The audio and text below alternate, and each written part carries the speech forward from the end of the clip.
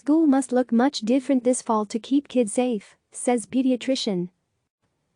Dr. Tanya Altmann is a pediatrician, spokesperson for the American Academy of Pediatrics, school physician at Viewpoint School in Southern California and mom of 3 school-age boys. Because COVID-19 scientific and medical information changes frequently, our nation is going to need adaptable guidelines to safely ring the school bell this fall. As I see it, we need to solve 3 problems. First, we need strategies to keep this particular coronavirus from entering campuses nationwide. Second, we need measures to decrease person-to-person transmission. Third, we need to quickly test, diagnose, isolate, and contact trace when needed. Although school districts will be looking to the American Academy of Pediatrics (AP) guidelines released today and earlier guidance from the U.S. Centers for Disease Control and Prevention, different considerations must be made for each school in collaboration with local and state public health departments on when it is safe to reopen and bring children back on campuses across the country.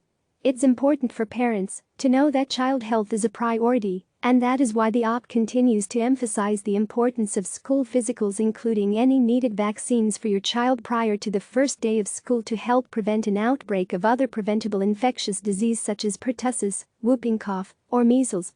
Kids and parents know that most viruses, including this new coronavirus, spread mainly person to person when in close contact. When an infected person coughs, sneezes, or talks, microscopic respiratory droplets are produced and can land in the mouths or noses of those nearby, or possibly be inhaled into the lungs. These invisible virus particles also land on surfaces, and if touched by another person who then touches the eyes, nose, or mouth, can cause infection. As we know, not everyone with COVID-19 has symptoms, so the virus can even be spread asymptomatically. How to keep an invisible virus out of school? How do you keep an invisible virus from entering a schoolyard or classroom? Creating a school environment that supports social distancing will help. Staggering start times, staggering academic days, limiting volunteers and visitors on campus. Screening is also necessary every morning by a parent at home or upon arrival, with questionnaires, temperature checks, or even COVID-19 surveillance testing. Once students are on campus, we decrease transmission by de-densifying, limiting activities where large groups of students are in close proximity. Ideally, students will be grouped into smaller classes, remain in the same desk or room as much as possible, and teachers or specialists will rotate class to class to minimize movement of students around campus. Virtual assemblies and library time assemblies, and even library time can be virtual. Librarians can read a virtual book and show students options that can be delivered to class for students to take home and read.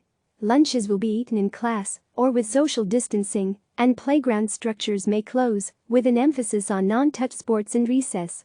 Kids can still run and kick a soccer ball with their own class, but recess time may be staggered between classes to limit the number of students on the schoolyard.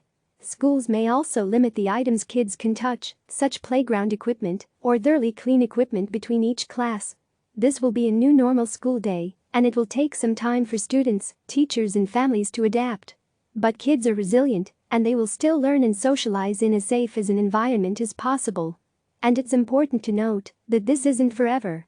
Of course, hygiene measures such as frequent hand washing breaks prior to entering class, before lunch, after using bathroom, and upon exiting classrooms will be key. Schools may plan for one-way traffic flow through campus as needed. Schools will need to be cleaned or defogged every evening, and all surfaces disinfected thoroughly and frequently. Will students wear masks?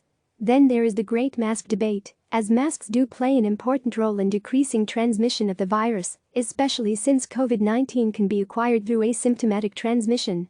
Having young elementary school kids wear masks, though, can pose its own issues as young kids tend to touch their face more when they wear masks and lack skills to properly put masks on and take off. For middle school and high school students, teachers and school staff, wearing face masks will play an important role in decreasing transmission. In the younger grades, educators can be masked to protect the student and themselves. There may be a way to educate younger elementary students on proper mask wearing, but for preschool and kindergarten, I'm not sure it's feasible. We will need to rely on frequent hand washing, social distancing and the usual education on covering coughs and sneezes for the youngest students. Despite these best practices, at some point, somebody will get COVID-19. How we test, diagnose, isolate, and contact trace will be critical to decrease transmission of infection to others.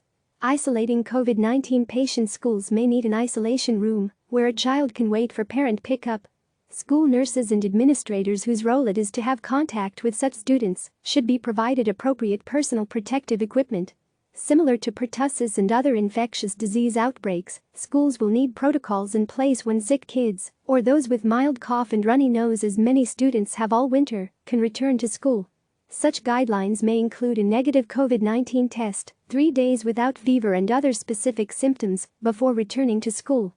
When a student is identified as having COVID-19, measures will be in place, similar to lice notes sent home letting parents know that a child may have been exposed. And at what point is an entire class quarantined, an entire grade, or the entire school? If classes are truly kept separate from other classes, this will decrease the need to send home entire grades or close an entire school. Children will need access to online learning when kids are sent home to quarantine, or for vulnerable children whose parents don't feel comfortable sending them to school, virtual or online school options will need to be available, so teachers in schools may be taxed with running in-person and online schools simultaneously. Schools will need to work with local pediatricians and health clinics to help quickly evaluate and test children when needed. In addition, school families and students can help by sewing masks or even produce 3D printing face shields. Local public health departments will also play an important role in helping schools test, isolate, and contact trace to keep COVID-19 cases at a minimum and prevent outbreaks. Of course, options will vary from school to school based on the number of students, size of the campus and flexibility of families to adapt to new schedules and routines. Sadly, COVID-19 and the resulting education gap will afflict schools disproportionately in dense urban centers with socioeconomic disparity. This is where creativity and innovation come into play. Teachers, administrators and even older students are very good at problem-solving such issues, and I look forward to seeing what they have to say and how they continue to solve the problem at hand to keep kids healthy, safe and learning. Click subscribe to receive the latest news.